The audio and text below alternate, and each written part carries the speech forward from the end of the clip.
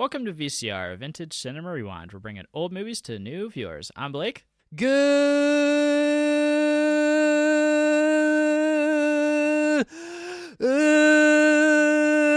morning, Vietnam. Vietnam. Vietnam. Nom.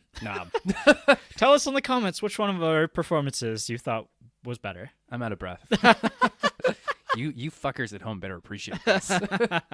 We're doing the deep dive. It's Good Morning Vietnam from 1987. It's a Robin Williams classic. This is our spoiler-full discussion, talking all the spoilers, Robin Williams, Forrest Whitaker, everybody else. If you've never seen this movie, go check out the primer episode where we talk spoiler-free if this movie is for you or not. Vaguely spoiler-free. Mostly spoiler-free. Almost entirely spoiler-free, minus the naked children. Yeah.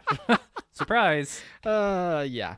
So, yeah, we're going to start in front of the camera and work our way back. And I guess, where do you want to start with this movie? Yeah, I don't know. I guess, I feel like you had a less good time with this movie than I did. So why don't you just start airing some grievances? I guess, yeah. And, this is where, the first act of the film almost is kind of comparable to, a Footloose type of story. Robin Williams isn't allowed to be Robin Williams, but Robin Williams wants to be Robin Williams. Wants and needs to be Robin Williams. Yeah, just kind of this free-spirited, rakish outsider who just wants to have a good time. Yeah, he's an eccentric who's just, always looking to entertain and make people happy. Yeah, and just have a good time. Yeah, never a serious kind of person. I can appreciate that. I think that part in the movie works to a degree. I think, like you mentioned in the primer episode, Bruno Kirby's performance as Lieutenant Stephen Hawke is pretty great. What a great name for a villain, too. Yeah. Hawk. He's kind of hawkish, too, yeah. Right? And I think that, every time, this is the highlight of the movie, is every time Robin Williams sits down in front of his microphone and just blurbs out a radio episode. That is some of the best parts of this movie, because it's just Robin Williams doing what Robin Williams does best. I have to imagine a lot of those moments weren't scripted either. I have to imagine that the director just put the camera on him and was like, all right, Robin, go.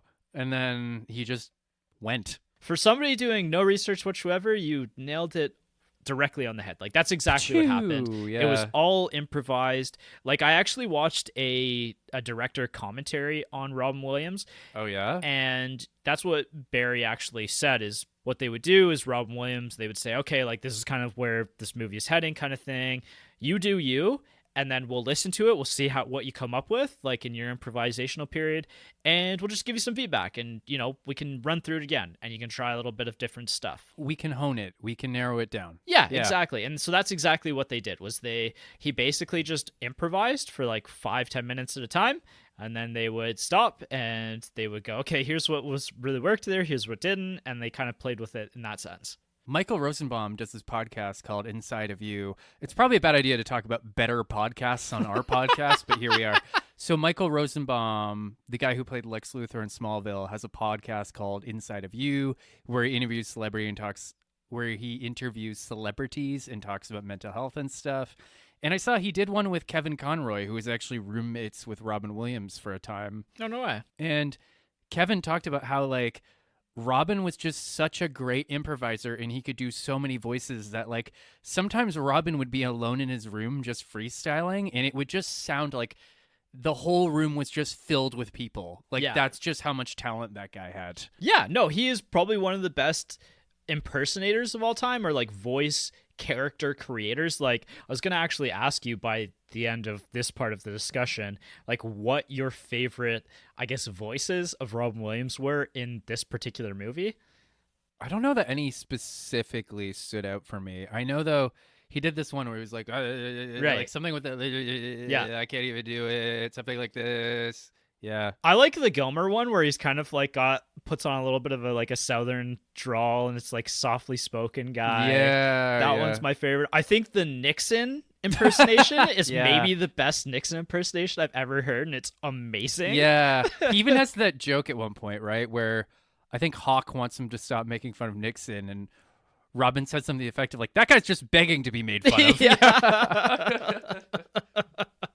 Yeah, exactly. So I think that those for me are the big highlight moments, but it's everything in the first act outside of him doing his thing that just it felt like it went over a little long for me, I think, because Yeah. and this also goes into a little bit my experience of having watched all of these Vietnam War movies, and I somehow the 1965 date was lost in my viewing experience. Like I kind of forgot about that and what the time period was, because I kept seeing this and going, okay, like this is Saigon, like yes, this is Saigon, which is like, you know, not as impacted by war, especially if this is earlier on, but I was kind of expecting more war stuff to happen, and it was like this kind of character drama and, you know, people not letting Robin Williams be Robin Williams, and I thought, okay, No. like that kind of part went on a little long. And then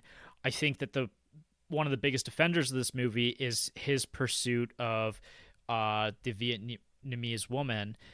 That just doesn't like hold up to a modern watch, I don't think. You know, they didn't have great chemistry. No. No. And but not even that, just like his pursuit of her, like especially early on, just felt like somewhat awkward in the sense that like it just feels dirty. He ends up making friends with her brother as a way of getting closer Yeah. with her. They have a more intimate relationship than her and him do. Well, and that's the thing, right? Is like at that point in time, I think that you could have dropped the whole like pursuit of her character and everything and just heavily focused on his friendship with her brother. There is that funny moment, though, where, like, you know, the brother's like, okay, she's going to meet you at this time and at this place. And he's like, great. And it's like, well, there's something you need to know. And then we smash cut to the next scene where, like, the whole family is there. Right.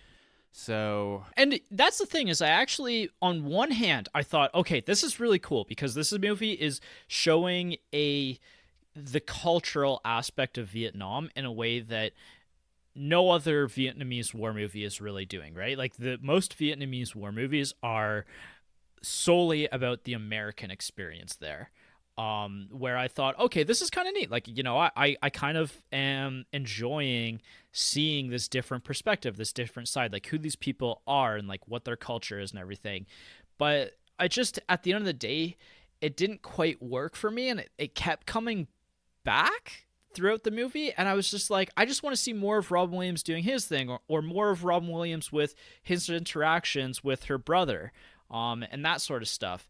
And then, you know, we haven't gotten to this yet, but there is kind of one other really major theme that later on, and you know, might as well discuss it now, is my favorite scene in the movie is Robin Williams, who has decided, because he's already been suspended once from the radio show, and then Bruno Kirby, not a radio personality whatsoever. Yeah, actually, can we dovetail and talk about him for a second? Yeah, let's go into him. Hawk. I actually really liked this character as a villain. Like, there's this really great moment early on where he first meets Robin Williams. By the way, I like that we're not even bothering calling him by his character name. We're just calling him Robin Williams. No, I knew this was going to happen right from the get-go. Like, because it's Robin Williams. It's Robin Williams. It is Robin Williams. Yeah. So, Hawk meets him, and he's like, oh, like, it's great to meet you. Comedy is a bit of a hobby of mine. Actually, it's a little bit more than a hobby. I have Reader's Digest is considering 2 of my jokes.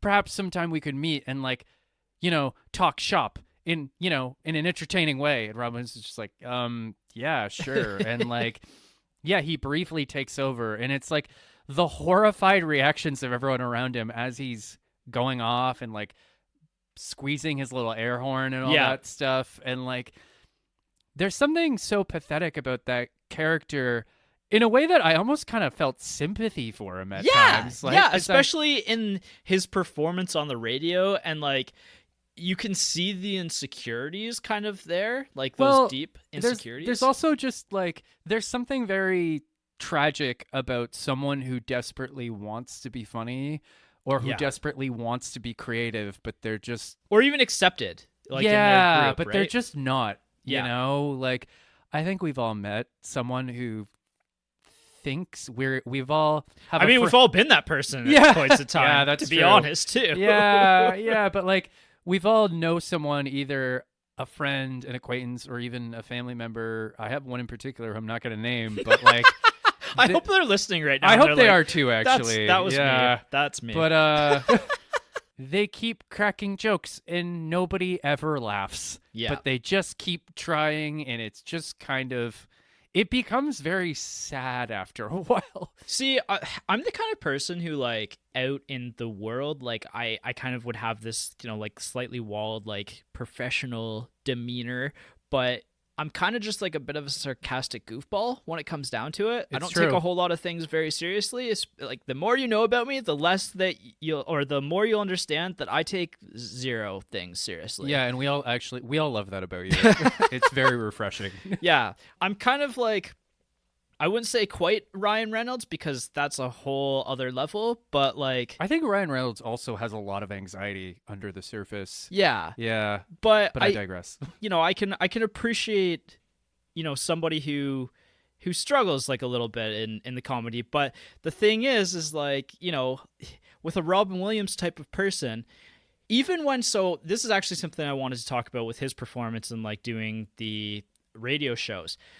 He knows every cultural reference, and that's something that like I respect a lot because it's something that I love to know, like all of the cultural references, and he's like just churning through them in all of his shows.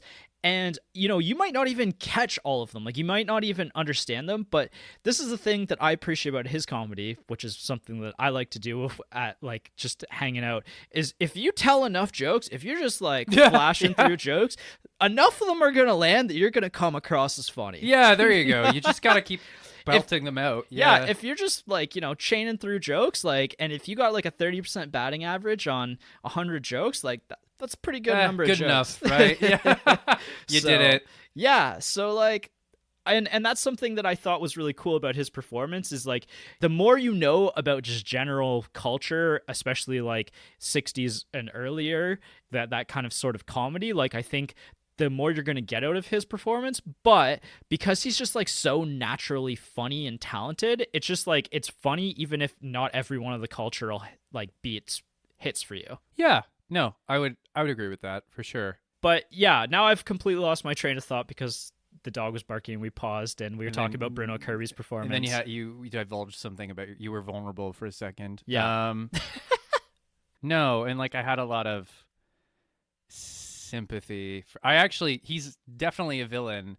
There's that it's kind of a heartbreaking moment where he's talking to, you know, General Taylor later on. And General Taylor's basically, like, he's smoking a cigarette, and he's basically like, yeah, we're reinstating Kronhauer, like, blah, blah, blah.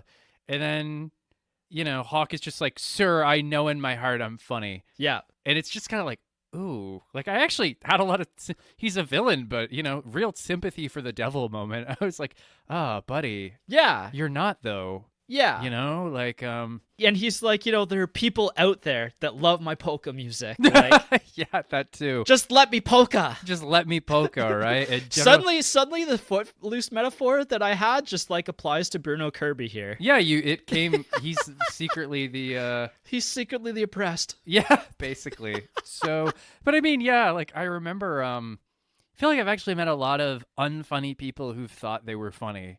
And there does come a point where you're like, like, or I love when like somebody's making a joke and like they hit on a joke and it's hilarious and everybody laughs and then they just keep trying to roll with it and it's like oh, you're not actually funny. No, it's just you just got you one. Struck gold. Yeah, you should have stayed with that one. No, okay, quit your head. Quit your head. Yeah, yeah.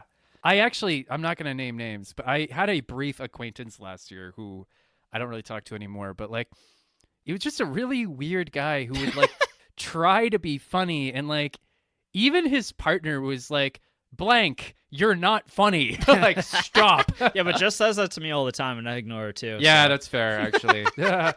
This was like a tangent that somehow worked in the context of the movie and Robin Williams, but also a slight tangent. I also wanted to mention in the opening like act of the movie when Robin Williams starts teaching English, that scene really worked for me. Yeah, no. He's trying to get into this woman's pants, and he just is like, I'm just going to teach English. And he just walks in, and he's like, What does he say? Like, I have 3 months to live, and it's always been my dream to teach. Yes.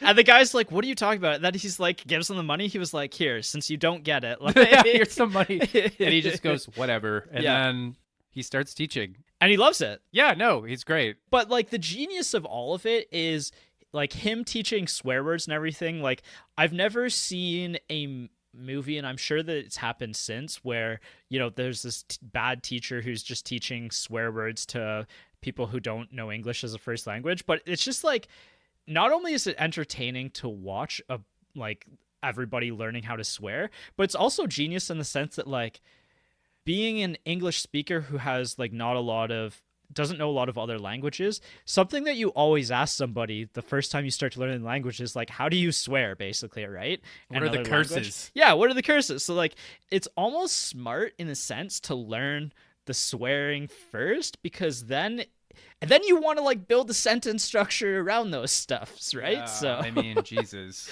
Right? it just seems really smart. It's just a really good scene. It's very entertaining, and it's just like genius. I love that they did that. You could really see Robin Williams as a teacher. Like, yeah, if he hadn't gone into show business, he would have made a really good teacher. Yeah. Or at least a really fun teacher. Yeah. He would have been one of those teachers that taught you absolutely nothing but expected you to know everything for the exam.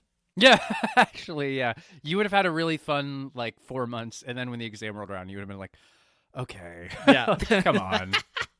I had a couple teachers like that over the years. Yeah. Yeah, like, this movie holds up pretty well. It does drag a bit in parts, and really, honestly, the biggest offenders are the first like 30 minutes of the movie. Like the longer the movie went on, the more and more in I was. The more and more like I wanted to see what Robin Williams was going to be up to next. The more I wanted to see where the movie was heading. Like it's a movie that drew me in over time rather than hooked me immediately and lost my attention.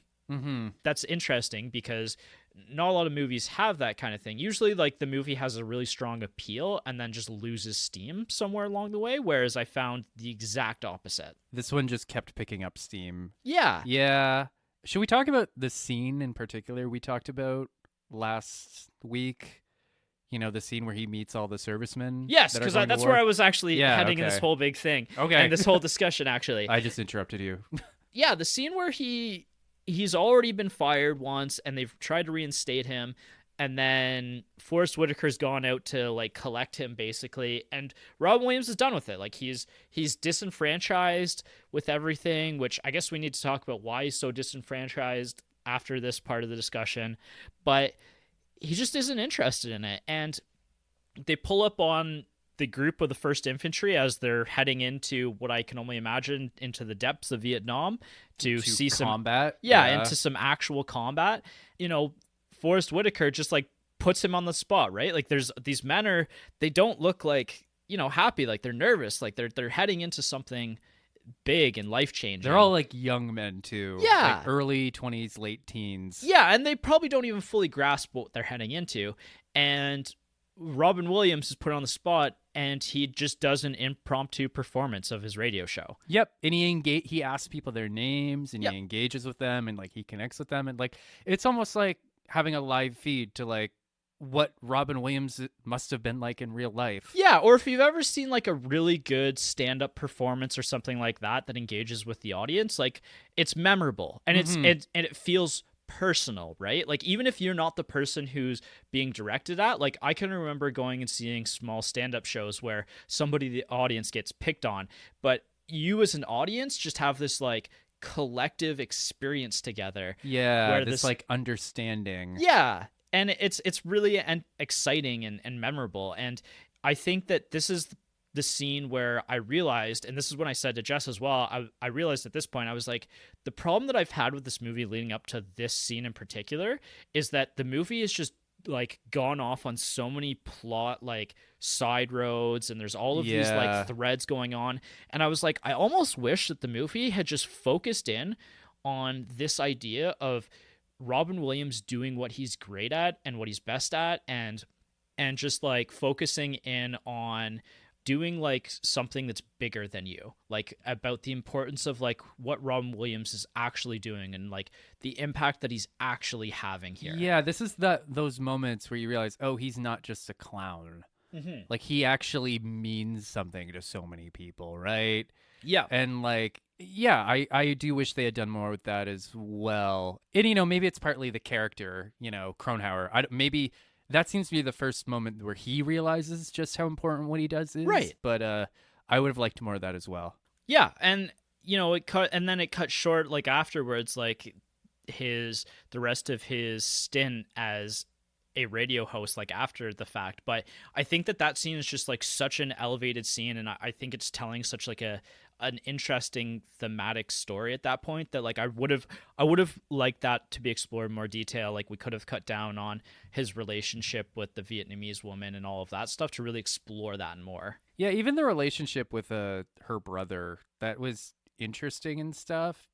And like it kind of has an interesting turn towards the end where it turns out he's a member of the Viet Cong, and Right. they kind of have a moment where like they sort of confront each other, and I don't remember explicitly what he says. It's something like Robin Williams is basically like, "No, we're here to help you. Like we're here to liberate you." Yeah. And I forget what he says. He's in basically response. like, you killed large parts of my family. Like Yeah. how can you think that you're the good guy in all of this? Yeah, and that was a moment where I was like, okay, but like that's another moment where I'm like, I wish we had fleshed this out a little more, right? Yeah. Like I almost kind of feel like I think I'm starting to see what you mean about this movie being a little unfocused. Like there's a really intense, heartbreaking story about a American DJ and a Viet a Cong. Vietnamese, Yeah. a young Viet Cong soldier becoming friends despite themselves, and then the DJ realizing that he's actually on the wrong side. Yeah. Exactly. Right? But that doesn't really get explored either in all that much detail. No, it's kind of paid lip service a bit. And like you had to point out that like, oh, this is at the beginning of Vietnam when like, hopes are still high and like the Americans still think they're like riding in like John Wayne to clean up the Right. town.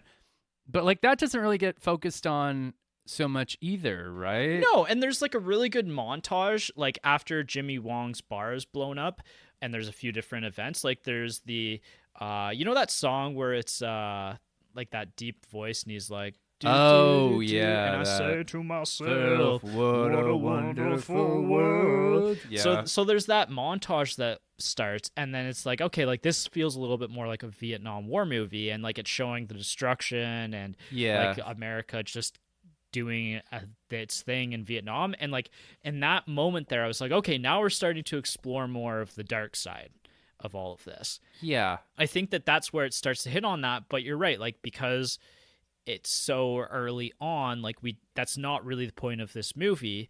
But it feels like, yeah, I agree. Like I wish that there was that aspect of his brother or her brother that got more fleshed out, because I think it would have made the end more impactful. Because going back to Jimmy Wong's bar and everything, like him standing up for the kid, like in that scene, like, like that felt like a really important moment, right? Like it felt like, Yeah. like he's seeing that Americans aren't always the good guys in different situations. Yeah, I don't even know. That scene read to me more as just Robin Williams standing up to some bullies. Yeah. Like I do. But Yeah. because it doesn't really explore that other part, like the deeper part of that. Yeah, right? I think if you have a good understanding of like the historical context of Vietnam and all that stuff, you can pull a lot out of this. But like but it's like skin deep. Like it's not very there's not much depth to any of it. It's not very elaborated upon. So I'm starting to come around. I see what you mean. This movie is a little, I don't want to say it's a bad movie. I think it's a pretty good movie, but there's a lot there that just wasn't touched on. Yeah. Yeah, and so this is the thing is, this is 10 years after some of the greatest Vietnam War movies have ever been released. Like this is years after Apocalypse Now, this is years after Platoon, this is years after Full Metal Jacket, and like all of these things. And I think now we haven't seen like really a Vietnam War movie of recent, and I think because We're over it. I think because it's just hard to do it justice, because so many of these really, really great stories have told these ideas, and I think that this shows a unique aspect of the Vietnam War movie. But I've kind of been hitting on, it doesn't fully do it the justice that I wanted it to do, and so and it doesn't feel like today. Like I don't know if like you could write a rewarding Vietnam War movie that hasn't already been told at this point that would feel like a disservice. Well, if you want to make a movie about American interventional, if you want to make a movie about American interventionalism, I think that's the word. Sure, let's go with it. Interventionalism, yeah. I'm not gonna stop you now. If you want to make a movie, I'm not Jason. That's true. If you want to make a movie about American interventionalism having unpleasant consequences, to put it mildly, I mean, shit, like there are many, many, many different locales you could set that movie in. Yeah, and I don't know, it just didn't quite work, but like I really wish that we had saw more about Robin Williams taking up the mantle, about like realizing that things are bigger than him. Because I honestly, like that scene where he, does the impromptu radio show is borderline inspirational. Like, it is. It's like, heartwarming. Yeah, like you see this person who just like, it dawns on him that like what he means is bigger than who he is as a single person. Yeah. And I think that that's such a like a good theme and idea that just didn't fully get fleshed out here, that it retroactively made everything leading up to that a little bit worse, in my opinion. Like that just it just frustrated me in a sense. I see what you mean. Did you suspect when Jimmy Waugh's bar was bombed that the kid was involved somehow or knew? Honestly, that went right over my head. I probably should have, especially later in the movie. When he figures it out, I'm like, oh yeah. But I mean... see, no. As soon as it happened, I was like, he knew. Like, the kid knew. It's something that, I don't know, my movie watching experience, I thought of it, but I wasn't expecting him to be involved in the Viet Cong. That was, like, out of left field for me, and I thought that was a really interesting final plot thread. Well, to be fair, the whole bar blowing up was kind of a little left field for me, because prior to that, it just seems like a very silly, farcical movie. Right. And then that happens, like, I don't know, 40 minutes, an hour in, and you're just like, oh yeah, it's Vietnam. But that's really when, like, the movie started for me, honestly. Yeah, fair enough. Like, everything after the bar blowing up, I'm in. Like, I thought this movie after that was really, really good. So you saw an explosion and you were like, oh, wow. Yeah, yeah, if you want to boil it down to that, Yeah. I'm just like really like amused by shiny big things going You know boom. what? I might be a contrarian here. I thought the dramatic stuff didn't really work as well for me. I would actually say after the bar blow up, I was less in. Yeah, that's interesting that you and I like have such... And I'm just kind of articulating that now. Right. Where I'm just like, oh, all right. What worked for you so well in the first part then? I'm having a hard time really elucidating my own point. Like, I think I was kind of going in expecting more of like a Footloose kind of movie, right? Where he's just this irrepressible puck who just wants everybody to have a good time. And then, but the man is just wagging that finger in his face. And then a bar blows up and you're like, oh, right, it's Vietnam. So, I mean, I think that's maybe on me. Like, maybe I should have expected more. I think I also just liked the comedic stuff a little bit more than the dramatic stuff. Yeah. Yeah. Like, there's even this scene where, like, Forrest Whitaker and Robin Williams, Garlic with a K, they're driving somewhere and they hit a mine. And suddenly they're lost in the jungle. That's the second act, right? That is in the second act, right? But like even that, I was kind of like, oh shit, they're lost in the jungle. The Viet Cong might find them. Doesn't seem to really amount to all that much because the brother finds them pretty quickly and gets them out of there, which again is a sign that there's more to that guy than meets the eye. But I was a little like, hey, like, there's a lot. I'm in the first draft of a new project, and the question I keep asking myself is like, where's the tension? Where's the tension? Where's the tension? How can I make this more tense? How can I create more conflict? So like them being lost in the jungle, I was like, okay, like impress me. Like, where's the tension? So I think with that scene, I think that this is a really interesting scene to discuss because this kind of goes back to the bar blowing up and then the filtering of information on the radio. Right, there's that too. And Robin Williams not being allowed to speak about that because seeing something like that happen, I don't know, I think everybody has seen something traumatic at some point in their lives happen. Sure. And going through a traumatic experience like that, it changes you. Like, it changes your perspective on things. And I think that was, again, where the movie started for me because, it changed Robin Williams and it changed, even, his demeanor changed after that in the movie. And, he was grappling with what his purpose was at this point in the movie. Or that's what I wanted this movie to do, was grapple more with that. Basically, that's why he gets suspended is because he locks the door and talks about the events that he saw unfold in Saigon, even though they didn't want that being publicly acknowledged. And there is some military like purpose behind that. Like, you don't want the enemy to be able to listen into your radio shows to hear stuff that is going on. Like, you don't want to give away military positions, stuff like that. Like, there is something about keeping things quiet, On and the that DL. yeah, and that's Yeah. something that even like talking about like contemporary, like the Ukrainian war right now, like, and not like divulging Ukrainian positions, Ukrainian like what's going on the Ukrainian side. Like, Can I actually share something from my own life? Yeah. I still do some freelance journalism here and there, Mhm. and I was doing a story on this. I won't even say what she does, but as a courtesy, I sometimes show my subjects the story before it goes to print. Mhm. And there was one section in particular where she was like, "Can you please cut this paragraph out?" And "Can you please like omit this paragraph?" And I was like, "Oh yeah, like, do you want me to rewrite it? Like, what's wrong with it?" She's like, "That's going to bring attention on me and my business that I don't need." And I was like, Mm. "Oh." Mhm.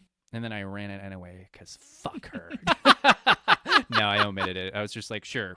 So, Right. I'll tell you more about that when we're off, Mike, because you might find that more interesting. Yeah, no, But, that is interesting. But like, to that point, that comes around full circle later when there's a notice, like they're talking about the news, and it's crossed off that this one part of Vietnam Yeah, is there's no the- longer safe. There's those identical twins with the red pens that Yes. are constantly cutting stuff out. Yeah. Yeah. That becomes important when they end up going on that journey together. And actually, what I was reading online is that, in a sense, that's Dickerson meddling with things because he knows that those two have gone on this little like vacation into this area that is hostile. Yeah. Again, it's an interesting look at, like, what's the word I'm looking for? The censorship that goes on. The and censorship. Yeah. I liked that took place. Like, I thought that was an interesting idea that was explored there, that it doesn't sound like, you were super interested in necessarily.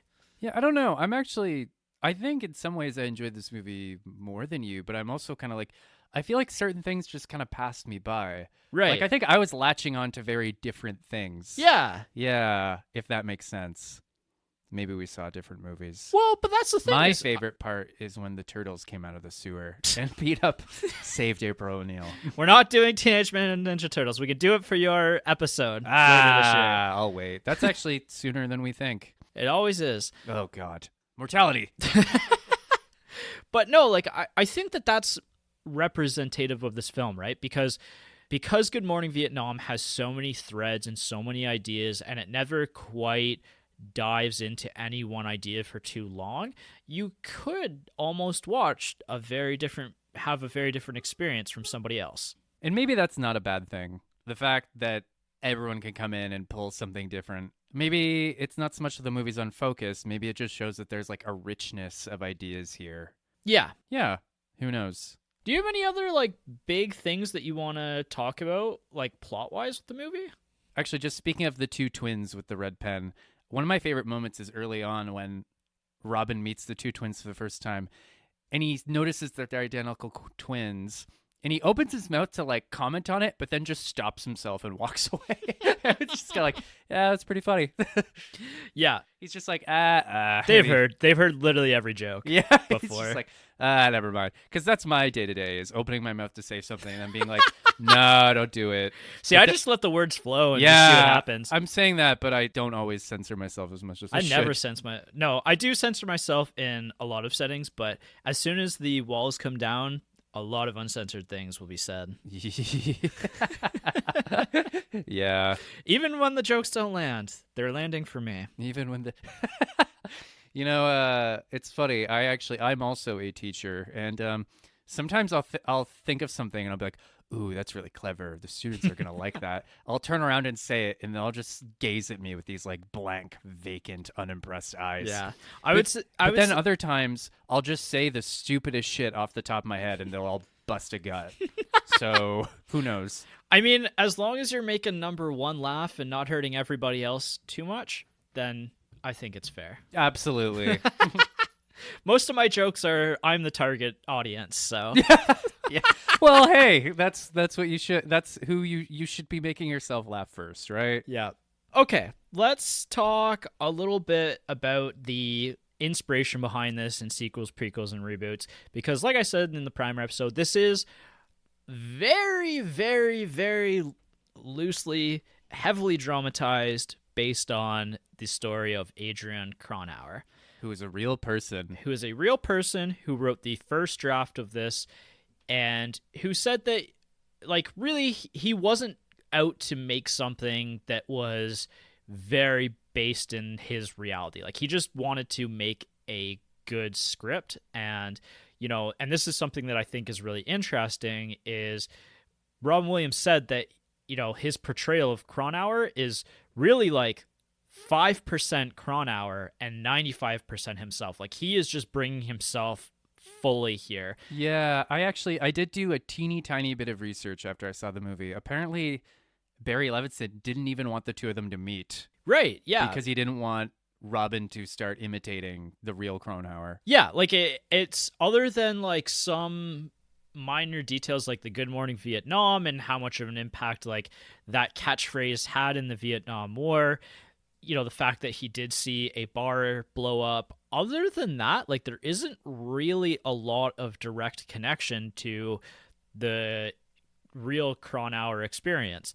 Really, it's a movie that's considering entertainment first, which honestly, like I can respect that. yeah, like I'd rather a movie go entertainment first because otherwise you might as well just watch a documentary, right? Like, Yeah, well, I mean, even like there was this boom of like musical biopics in the last few years. yeah, I only saw the Freddie Mercury one, Mhm. and there was a lot of discussion about the liberties that the director took, and I was kind of like, it was a fun movie. I don't fucking care. yeah. Like, And again, like that's how I would approach movies. Like, you know, we talked about on the draft episode, which you should go see because it's one of my favorite episodes that we've done. Yep. The 2010s draft. The Wolf of Wall Street does something similar, right? Like The Wolf of Wall Street is one of the funniest biographical films ever made. Like, yes, like it's portraying the reality of what happened, but with such like Such an irreverent tone. yeah, Yeah. that you know, it's just very, very entertaining, and that's I think a strength. I think that's maybe partially a strength of director, right? Like that Yeah. that you can portray something that actually happened, but in a way that's engaging to the audience and you don't feel like afterwards like, oh, I wish I had just like gone and read that. Like I think it would have been more interesting just to read what actually happened.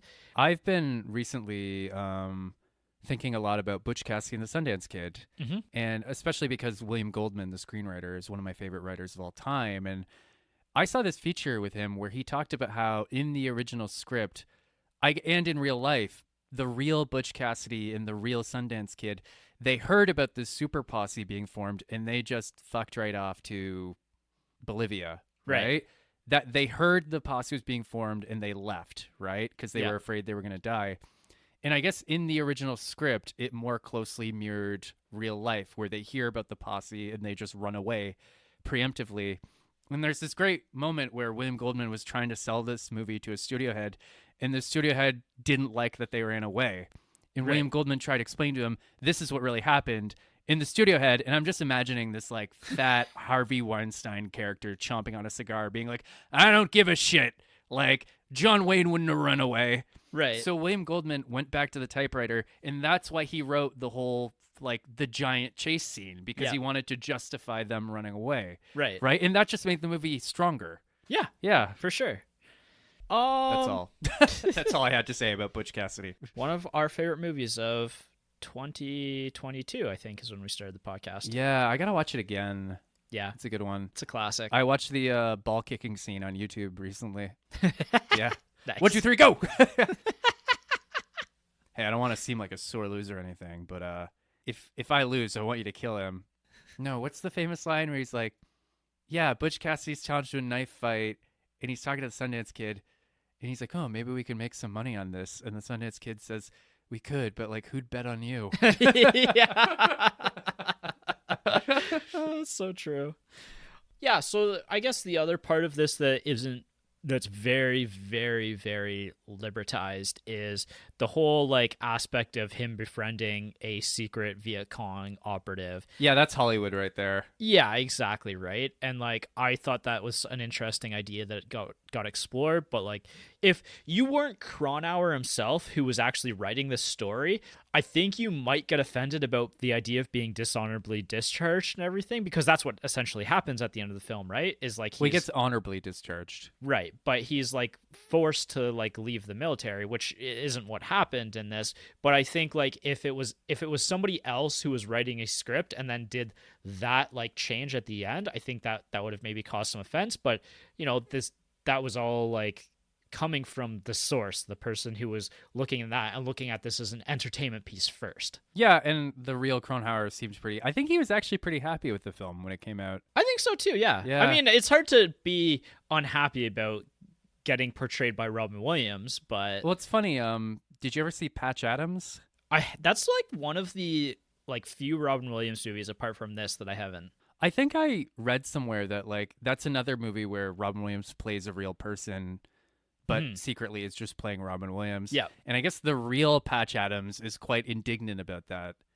And that's fair. Yeah, I think, in a sense. He didn't feel that the movie accurately represented who he was and like what he did. Right. And if that's what he wanted and that's what like he was sold on, then I think that that's a problem. But in this case, that's not what the script was sold on. That's not what the story was sold on. And I think that it's a stronger story because of it. Because like, doing the deep dive into this, like I read the Kronauer like Wikipedia, I read some articles online, and it's not that interesting a story, honestly. No, it's not. He said "Good Morning Vietnam," and that stuck, and all the people who came after him used it because it became an iconic piece of the Vietnam War story, and that was it.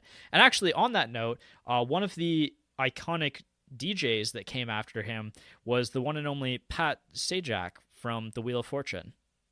Wow. Yeah. Congrats. He was one of the Good Morning Vietnam guys. Wow. Yeah. Congratulations. That's really funny. Imagine though, like someone wants to make a movie about your life, the Blake Goff experience, and you spend days looking at a blank Word document before just throwing up your hands and being like, fuck it, and you just do a highly fictionalized version of your own life. Well, Jess and I've been meaning to watch like the Weird Al movie. Yeah, you've been telling me about that it takes a weird turn towards the end. Yeah, like as the movie goes on, it becomes more and more of a parody of a biographical film, is my understanding. Which is priceless for Weird Al, right? But I actually last night watched UHF, which is Weird Al's like movie that he made in the late 80s. And Jess never like Weird Al is basically Michael, but you need to watch that movie to understand, but like his acting performance, I just see you in it. But it wasn't a bad movie. It wasn't a great movie, but that's funny because when I had long hair, people told me I looked like Weird Al. The resemblance is uncanny. You should just grow a mustache as well.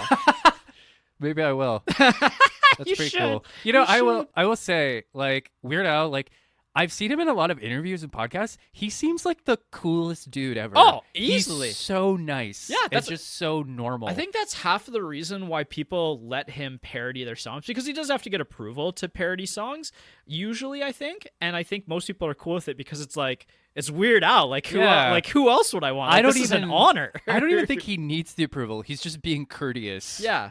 Like, I think there's a famous story about, like, David Bowie or Paul McCartney or somebody just being like, no, Al, I won't let you do that. I don't even know what that accent was. And I think he didn't do it just out of respect. Right. I might be wrong, but yeah. anyways. No, Weird Al, cool guy. Hey, Weird Al, if you ever want to be on our podcast, please. Do a song about it. Yeah. I want to request via song about joining a podcast. Yeah. It's funny you should say me looking like Weird Al. I used to be a big Game Grumps fan. And he actually appeared on one episode, and Dan Avedon, one of the co-hosts, he said, "Oh, people have often told me that I look just like you," and Weird Al just went, "Oh, I'm so sorry." Nice. I think I've just realized that the song actually is created. It's like the Frozen parody about Breaking Bad. What? about the one where it's like, oh no, I can't remember how the song goes. Oh, do you want to start a meth lab or something like Yeah. that? Yeah. I don't think that was Weird Al. No, it wasn't Weird Al, but like I'm just saying that's how I envision Weird Al like singing to us about joining our podcast. Okay. Do you want to make a meth lab? Do you want to build a podcast? I don't know. Oh, what a turn this has taken. Yeah. But this actually segues pretty good in the score of all things. Oh, that was intentional, guys. Look at that. That's why we're the pros. I thought the score of this movie is pretty good. It hits a lot of the cult hits of the 60s of like the rock and roll, like when rock and roll is really in its prime and just sweeping the American nation. I think that, they didn't play any Beatles songs, even though there's kind of some references to the Beatles because they didn't have any rights to any of their music. But like that's kind of a central piece of this film, right? Is like Robin Williams getting to play all of these like cool rock songs in Vietnam, despite the military having no interest in him playing that on the radio. Yeah, this really is kind of a Footloosey kind of movie. There's a lot of that. Yeah. There's that great moment in the beginning where they're like, okay, here are the records that have been sanctioned. And he just goes over to the shelf and just starts pulling them. Yeah. I literally wrote down Footloose in the first like 10 minutes of this movie. Footloose, so. question mark. We should do Footloose like immediately after this and do which Footloose better. Which Footloose is the better Footloose? I've never seen Footloose. Really? It's okay. Yeah. I'm a big Kevin Bacon fan, and it's like lower on my Kevin Bacon filmography. Because Yeah. I don't know, I'm a big Tremors guy, so. Tremors was pretty good. We did that at the start of this year. Oh my god, was that the start of this year? Yeah, I think it was like the that first feels like movie. a century ago. Yeah, it really does. Christ. That's a classic. Anyway, the composer Alex North also used some background music from his unused score in 2001: A Space Odyssey for parts of the film. In particular, when Cronauer is chasing Tuan. How do you say his name? The brother? Yeah, the brother through the alley at the end. And I was like, yeah, this score is pretty solid right there. And I was thinking that, but I would not have guessed that it was 2001: A Space Odyssey. In contrast to when we did Fight Club and they used some Die Hard mixing in the that movie. Yeah, I don't know. I can respect that he just had some extra music kicking around and he went, fuck it. Here it is. I think that's all like happens more than you think in Oh movies. yeah, like even as a writer, there are times when like I have certain phrases or metaphors or plot lines or characters kicking around and I'll be stuck on something and I'll just be like, oh, like rummaging through my trunk, like, oh, I'll put this here. I have a single Word document on my desktop of like fun ideas that I've had of like just like fun plot lines or stuff that I've had. I don't write. I'm barely a writer, I would say. Like this is the most writing that I do is for this podcast generally. Okay. But I do and have I do thoughts and ideas that I write down. Okay. Maybe you should I was almost about to share something really dumb, but we're not going to go there because I mean, we could. This is professional, Blake. Oh, God. That's all you're getting right now. Jesus. I'm not friends with professional Blake. I'm friends with Blake. Look back at the times. So the Vietnam War, I did check to see when it actually ended, and it was in 1975. So this is 12 years after the war. So 12 years out. I think that that's part of the reason why I slightly bounced off some of the ideas of the film is that, again, I've already seen all of the other Vietnam War greats, and like I think those movies all do the idea and what happened in the Vietnam War better. A little better, yeah. And so to come like 12 years later, I think that this movie doesn't quite nail a reflection of that time of what the Vietnam War was and meant to people. And so that's maybe why I slightly rubbed against it. And that's why I was saying earlier, like, I don't know that you could do another Vietnam War movie justice today. Yeah, I don't know. I really want to learn more about the whole Vietnam debacle, because I actually really don't know much about it. Mm-hmm. Even when you said, like, if someone pointed a camera at me on the street and said, when did Vietnam start? I'd probably be like 1982. Well, and if they're like, when did it end? I'm like, 1995? I don't know. I actually listened to a podcast series last year, and I think it was called Do We Get to Win This Time? It was about the Vietnam War as seen through movies. So it's like an 8-part series or something like that. I could send you that really later. Interesting. It was really interesting because I'd seen most of the movies. Like, this is honestly, I don't remember if they bring this one up, but it's like this one and maybe one other Vietnam War movie, like real classic, that I haven't seen yet. Apart from that, like I've watched a lot of Vietnam War movies. To be fair, I think the only thing I really know about Vietnam is what I learned from the Rambo movies. Yeah, well, And that's also another. Platoon. That's and actually also Apocalypse Now. yeah, but I mean, the Rambo series is actually something that does get somewhat explored because it is, it was based on a book that was based on the experience of Vietnam and coming back as a veteran. Did you know that my dad tried to fight in Vietnam? I didn't know that. So my dad was actually, I had an older dad. He was like 48 when I was born, and I'm 31 now, for those of you counting at home. So he actually went to the States, and he tried signing up for Vietnam when it happened. Oh, wow. But they found out he was Canadian, so they sent him home. Well, that makes sense. He should have joined in Canada. Yeah, I guess. So I remember, though. Someone should have told him that at some point. When he told me that, though, I was like, Dad, like, I don't think I would be here if they'd let you fight in Vietnam. True. So anyways. That's interesting. Yeah. Learning about colonels of your dad is always interesting. Yeah, no, me too. Sometimes he would let things slip, and I'd be like, what? This was also the fourth highest grossing movie of 1987. Like, this is one of the biggest movies of that year, which I found pretty interesting. I feel like this is also like peak Robin Williams in a way. Oh yeah, like because and that's actually something going back to the times, right? Like this is really the first starring role in a movie that Robin Williams had. Before that, he was like kind of a stand-up comedian, kind of a TV show character, and so they weren't even sure if he was going to be a big draw at the box office because they weren't sure if it was going to work with him or not. And I think going back to what you were saying before, I think a large part of what helps is allowing him to be him and improvise during a lot of the scenes is something that's incredibly important. Yeah, that's actually, okay, that's interesting. So this was a bit of a gamble. They Yeah. weren't sure if he could carry a movie. At a time when we could gamble on movies, and now we just get $200 million, like, please go see this movie. Yeah. It's not very good, but we need to make money. Ah! Money, money, money. Yum, yum, yum, yum, yum. Yeah. It's funny, Blake and I you'd already seen it.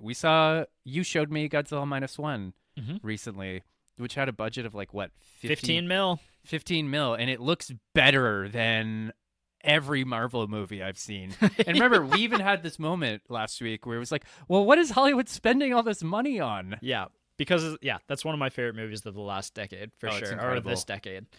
Our personal reviews and the partner factor. For Jess and I, like, I think we both walked away from this movie being like, you know what, it was pretty good. Like, it was something that for Robin Williams, like, I think this is one of the definitive Robin Williams performances. I think that it's probably my favorite Robin Williams performance now, honestly. Okay. So, like, I didn't hate the movie. Like, I know I criticized aspects of it that I don't think completely worked, but I had a relatively good time with it. I just, from a critical point of view, I just thought that there was some things that didn't work for me. And I thought that, like, it's not a perfect movie by any means. No, not at all. But I mean, there's no such thing as a perfect movie. Yeah. Except maybe Godzilla Minus One. But did you share what Jess thought about it? Yeah, we were pretty much like somewhat on the same-ish page. Like, we both liked it. We both liked Robin Williams, but it's not like, don't be surprised when it doesn't appear on my top 5 list at the end of the year. Yeah, I don't know if this is going on my top 5 either. I think my favorite Robin Williams performance is always going to be the genie. Yeah. Just because of the nostalgia factor. Yep. I rewatched Aladdin recently last year, and I was kind of like, yeah, like, this is nice. Just like a warm glow. I will say that, like, I do sometimes struggle with going back and watching movies of people who Have passed away. Yeah, who have passed away, especially like under circumstances that are really unfortunate. Like, I got really into like Anthony Bourdain probably like 2 years before he passed away, and was watching like No Reservations. And all of his Really? shows. Interesting. And then, when he also committed suicide, like, it kind of crushed me, and I haven't been able to watch any of his shows since because it just makes me sad. And that's something that I think I've struggled with a little bit in revisiting Robin Williams since as well. Yeah, and again, like we said in our primer episode, it's never the right. What's that famous expression about suicide? It's a permanent solution to a temporary problem. It's sad, and like, Yeah. I think, Jordan Peterson is a really controversial figure, but I remember he said about suicide once that, like, sometimes suicidal people feel that people would be better off without them, but universally, the people who are left behind are just devastated. Yeah. I don't want to speak to any experiences that I have, but it's never me neither. Fun, but anyways, I am once again partnerless, so I watched this by myself the other night, but I had a good time. Yeah. I think again, you latched on to more of the drama stuff. I latched on to more of the comedy stuff. But yeah. When does that happen? No, usually? never. I'm usually the one who's just like having a fun time, and you're like, it's not serious enough. Yeah, I'm just like, it's not depressing enough. So this is the one time that our roles reversed. Yeah. Yeah. Bizarre. Very bizarre, actually. I wonder what that means. I don't know. I wonder if Does that mean we get to watch Aguare again today? Fuck off. I have been meaning to rewatch it just when I'm in a better mood, just so we can see. Aguare to me is almost like The Room in the sense that like for the first like 20 or 30 minutes, I was like, this is really bizarre. I think cinematography wise, I was like, I'm really enjoying this, even though I wouldn't say that about The Room. But at some point it just clicked in my brain that this movie was just like ridiculous and insane, and I was just supposed to laugh my way through it, and then it got really entertaining. Yeah, it's like The Room but competent. Yes. The Room but in on the joke. The Room but Werner Herzog directed Yeah. it. It's like if the Werner Herzog directed The Room. I've been meaning to see more Herzog shit too. Been watching a lot of John Carpenter recently. You have been on a John Carpenter kick. Yeah, Dark Star was a really cool experience, getting to see a student film from one of your favorite directors of all time. Have you ever seen Grizzly Man? I have not. That's Herzog's documentary. It's his most famous film for sure. It's a great movie too. Yeah, my mom really likes that one. Yeah. Anyways.